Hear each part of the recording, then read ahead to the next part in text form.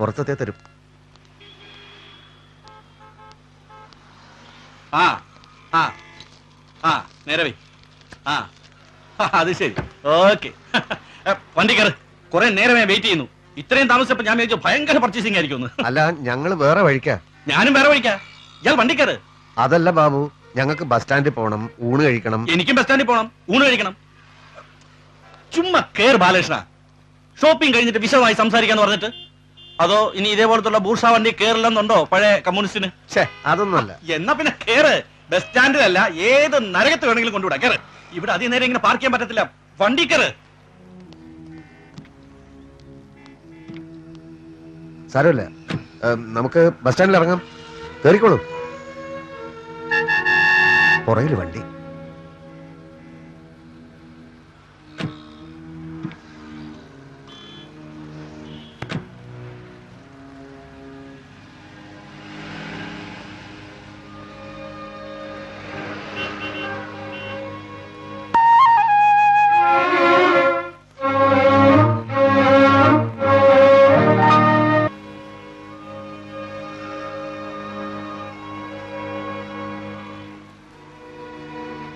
ഒരുപാട് കാലം കഴിഞ്ഞ് തീരെ പ്രതീക്ഷിക്കാതെ പഴയ കക്ഷികളെയൊക്കെ കണ്ടുമുട്ടുക എന്ന് പറഞ്ഞാൽ ഭയങ്കര ത്രില്ലല്ലേ? അന്നത്തെ ചില ബോർമാരെ കണ്ട ഒഴിഞ്ഞു മാറുകയും ചെയ്യും കേട്ടോ. Anyway, this is A great surprise.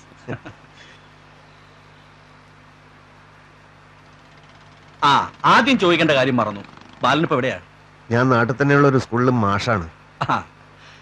അന്നത്തെ ആ പോക്ക് കണ്ടപ്പോ ബാലകൃഷ്ണൻ കുറഞ്ഞ പക്ഷം ഒരു MLA എങ്കിലും ആവുമെന്നാ ഞാൻ വിചാരിച്ചത്. ശ്രീമതി ഒന്നും പറഞ്ഞില്ല? ടീച്ചറാ. ഒരേ സ്കൂളിലാ?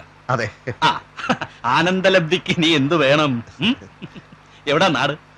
പയ്യന്നൂർ എന്ന് പറയും. പയ്യന്നൂരെന്ന് പറയണ്ട.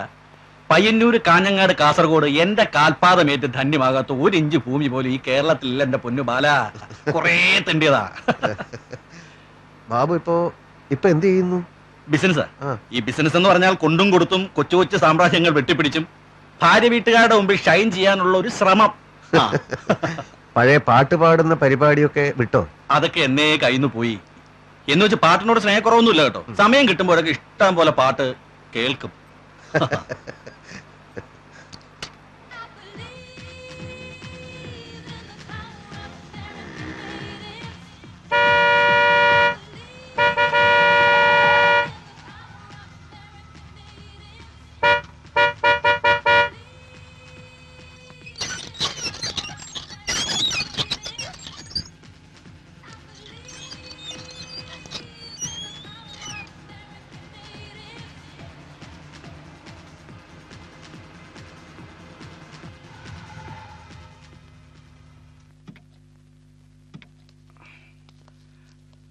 ഇറങ്ങും. ഇതാണോ ബസ് സ്റ്റാൻഡ്? ഇത് ബസ് സ്റ്റാൻഡ് അല്ല, ഇത് നമ്മുടെ സങ്കേതമാണ്, ഒരു ക്ലബ്ബ്. ഇവിടെ ഊണ് കഴിച്ചിട്ട് നമുക്ക് ബസ് സ്റ്റാൻഡിൽ പോവാം. എനിക്ക് ഊണ് വേണ്ട. കഴിച്ചേക്കാം. ഇവിടെ വെജിറ്റേറിയൻ കിട്ടില്ലേ ബാബു? ഇവിടെ എന്തും കിട്ടും. എനിക്ക് ബസ് തെറ്റും. എനിക്കെന്ന് പറഞ്ഞാ നിങ്ങൾ ഒരുമിച്ചല്ലേ പോകുന്നത്? ഞാനിപ്പോ പോകുന്നില്ലല്ലോ. ടീച്ചറെ അല്ല നിർമ്മലെ ബസ് കയറ്റി വിടണം. ഓ അങ്ങനെയാണോ? എങ്കിൽ ഇവരെ ബസ് കയറ്റി വിട്ടിട്ട് നമുക്ക് വിശദമായിട്ടൊന്ന് കൂടിക്കളാം. എന്നാ പിന്നെ നേരം കളയണ്ട, പെട്ടെന്ന് ഊണ് കഴിച്ചേക്കാം. വാ വാ വാ. കഴിക്കുന്നതല്ലേ നല്ലത്. വെറും വയറ്റിൽ യാത്ര ചെയ്യുന്നത് ശരീരത്തിന് കേടാ. വരും.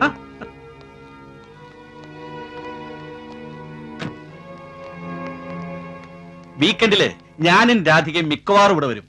സോറി, രാധിക എന്ന് പറഞ്ഞാൽ എന്റെ ഭാര്യയാ. എന്നെ സംബന്ധിച്ചൊരു സുദിനമാ. ഇന്ന് രാവിലെ 6:30 ഞാൻ ഒരു അച്ഛനായി. ആണോ? കൺഗ്രാചുലേഷൻ. Thank you. എന്റെ ഫ്ലാറ്റിൽ ആരുമില്ല, എല്ലാരും ഹോസ്പിറ്റലില്ല. അല്ലെങ്കിൽ നമുക്ക് അങ്ങോട്ട് പോകാമായിരുന്നു. പിന്നെ താൽക്കാലിക സംവിധാനം എന്ന നിലയിൽ ഇവിടെ മുറി എടുത്തിരിക്കുക. വരൂ, ഇരിക്കൂ. അല്ല, വേണമെങ്കിൽ ഒന്ന് ഫ്രഷ് ആയിക്കോളൂ, എന്നിട്ട് നമുക്ക് റെസ്റ്റോറന്റിലോട്ട് പോവാം. എനിക്ക് പേരിന് എന്തെങ്കിലും മതി. മുറിയിലേക്ക് കൊണ്ടുവരില്ലേ? അത് മതിയോ? അല്ല, റെസ്റ്റോറന്റിലാകുമ്പോ മ്യൂസിക് കേൾക്കാം, 4-5 ആൾക്കാരെ കാണാം. അതൊന്നും വേണമെന്നില്ല. എന്താ പല, തന്റെ ഭാര്യ ആളൊരു ഇന്റർവെറ്റ് ആണോ? മറ്റുള്ള മനുഷ്യരിൽ നിന്നൊക്കെ ഒഴിഞ്ഞു മാറി ഒറ്റയ്ക്കിരിക്കുന്ന സ്വഭാവക്കാരി? ബാലകൃഷ്ണൻ ടീച്ചറെ പോലെ ആയിരുന്നില്ല. പക്ഷെ നല്ലതാ, ഈ ഭാര്യയും ഭർത്താവും വിരുദ്ധ സ്വഭാവക്കാരാവുമ്പോ കുടുംബത്തൊരു പൊട്ടലും ചീറ്റലൊക്കെ ഉണ്ടാവും. ആ വൈരുദ്ധ്യങ്ങളാണല്ലോ ജീവിതത്തെ തന്നെ രസകരമാക്കുന്നത്. ഞാൻ ഫുഡ് ഓർഡർ ചെയ്യാം. അയാൾ തെറ്റിദ്ധരിപ്പിച്ച എന്തിനാ? ഞാനൊന്നും പറഞ്ഞതല്ലല്ലോ, എല്ലാം ബാബു സ്വയം അങ്ങ് തീരുമാനിച്ചതല്ലേ. തിരുത്താൻ പോയാൽ വേറെ ചോദ്യങ്ങൾ വരും. ഞാനിപ്പോ ഇയാളെ കാണുന്നത് ഒരു 12 വർഷത്തിന് ശേഷമാണ്. ഇനി ഒരിക്കലും കാണുമെന്ന് തോന്നുന്നില്ല. അതുകൊണ്ട് നമുക്ക് ഊണുവഴിച്ച് പെട്ടെന്ന് അങ്ങ് പോയേക്കാം. ഫുഡ് ഓർഡർ ചെയ്തു. ഫുഡ് വരുമ്പോഴത്തേക്ക് ഇങ്ങി വരാം. വാ ബാല, ടീച്ചർ ഇരിക്കെ.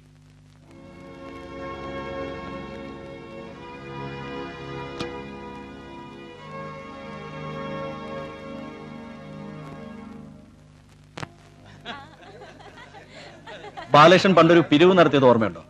ഞാൻ ഒരുപാട് പിരിവുകൾ നടത്തിയിട്ടുണ്ട്. അതിൽ ഏതാണ് ബാബു ഉദ്ദേശിക്കുന്നത്? Babu Vijayanath relief fund. Secondary ഡിഗ്രിക്ക് പഠിക്കുമ്പോൾ 3-4 മാസത്തെ ഫീസ് ഡ്യൂ ആയിട്ട് എന്നെ കോളേജിൽ നിന്ന് പുറത്താക്കുമെന്നൊരവസ്ഥയിൽ ബാലകൃഷ്ണന്റെ നേതൃത്വത്തിൽ ഒരു പിരിവ് നടത്തി ആ ഫീസ് അടച്ചത് ഓർമ്മയുണ്ടോ? ചെറിയൊരു ഓർമ്മയുണ്ട്. എന്നാ എനിക്ക് നല്ല ഓർമ്മയുണ്ട്. എനിക്ക് ഓരോ ഐശ്വര്യം വന്നു കയറുമ്പോഴും ദേ ഇന്ന് പറഞ്ഞ എന്റെ പൊന്നുമോൻ സത്യം, ബാലകൃഷ്ണന്റെ മുഖം എന്റെ മനസ്സിൽ തെളിയും.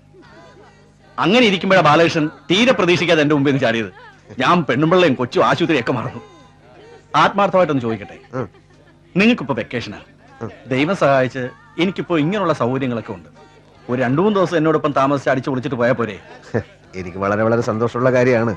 പക്ഷേ ബാബു വിചാരിക്കുന്നത് പോലെയല്ല ഞങ്ങളുടെ അവസ്ഥ.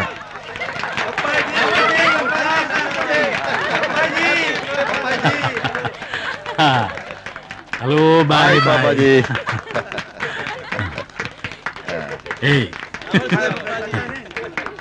സീറ്റ് കൊടുക്കൂ. Oh, no no no.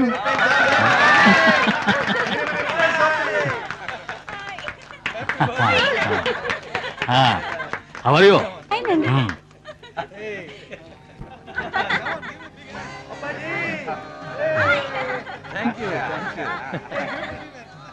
I couldn't call you yesterday. It's okay. Thank you.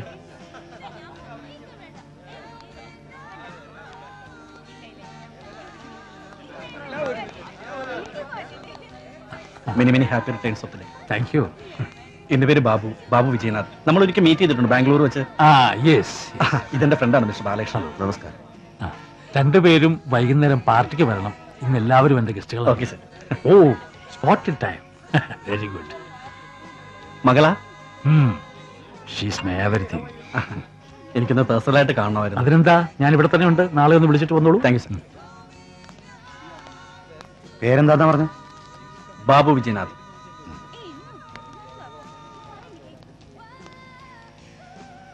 ആളെ മനസ്സിലായില്ലേ? ഇല്ല. ഇതാണ് പാപ്പച്ചൻ. കേട്ടിട്ടില്ലേ? ഡൽഹി പാപ്പച്ചൻ. ഡൽഹി ആ പുള്ളിയുടെ മെയിൻ ഏരിയ. പൊളിറ്റിക്കലായിട്ടും അല്ലാതെയും വളരെ ഇൻഫ്ലുവൻസ് ഉള്ള മനുഷ്യനാണ്. മൂപ്പരുടെ ബർത്ത്ഡേ ഇത്തവണ ഇവിടെ വെച്ചാ. ബർത്ത്ഡേ എന്ന് പറഞ്ഞാൽ പല വൻ തോക്കുകളെയും സൂചിപ്പിക്കാനുള്ള പാപ്പച്ചന്റെ ഒരു നമ്പര്. ഇങ്ങനെ ഒരു വർഷം തന്നെ പല സ്ഥലത്ത് വെച്ച് പല ബർത്ത്ഡേകളും ആഘോഷിക്കാറുണ്ടെന്ന് ഞാൻ പറഞ്ഞു കേട്ടിട്ടുണ്ട്. Excuse me, call for you sir. Hello, എന്താടാ? സെല്ല് വണ്ടിയിലിരിക്കുക ആണോ?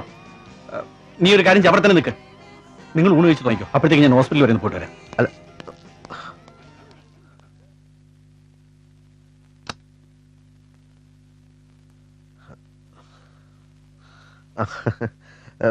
ടീച്ചർ കഴിച്ചോ?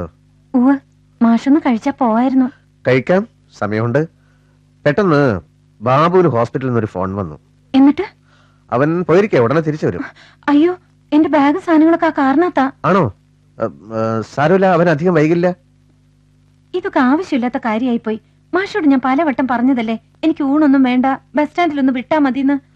അതെ, പക്ഷെ 12 വർഷത്തിന് ശേഷം പഴയൊരു സുഹൃത്തിനെ കണ്ടുമുട്ടിയപ്പോ. എന്റെ സുഹൃത്തൊന്നും അല്ലല്ലോ അയാള്. അല്ല, പക്ഷെ എന്റെ സുഹൃത്തെന്ന് പറയുമ്പോ അത്. ഇത് വലിയ പുലിവാലായല്ലോ. ബസ് തെറ്റിയാ ഞാൻ നാട്ടിലെത്തുന്ന പാതിരാത്രിക്കായിരിക്കും. അക്കാര്യത്തിൽ ടീച്ചർ വിഷമിക്കണ്ട, ഞാൻ കൂടെ വരാം. വീടിന്റെ പടിവരെ കൊണ്ടാക്കുന്ന കാര്യം ഞാൻ ഏറ്റു. ഒന്നും വേണ്ട, എനിക്കിപ്പൊ തന്നെ പോണം. പക്ഷേ ബാബു വരാതെ ബാഗ്. എത്രയും വേഗം അയാളോടൊന്ന് വരാൻ പറയോ, എനിക്ക് പോണം. പറയാം, പക്ഷേ ഏത് ഹോസ്പിറ്റലാണ് അയാളെന്ന് അറിയാതെ. ഓ, ഇനിയിപ്പോ ടീച്ചർ ടെൻഷൻ അടിക്കാതിരിക്കൂ. സമയം അങ്ങനെ വൈകിട്ടൊന്നുമില്ല.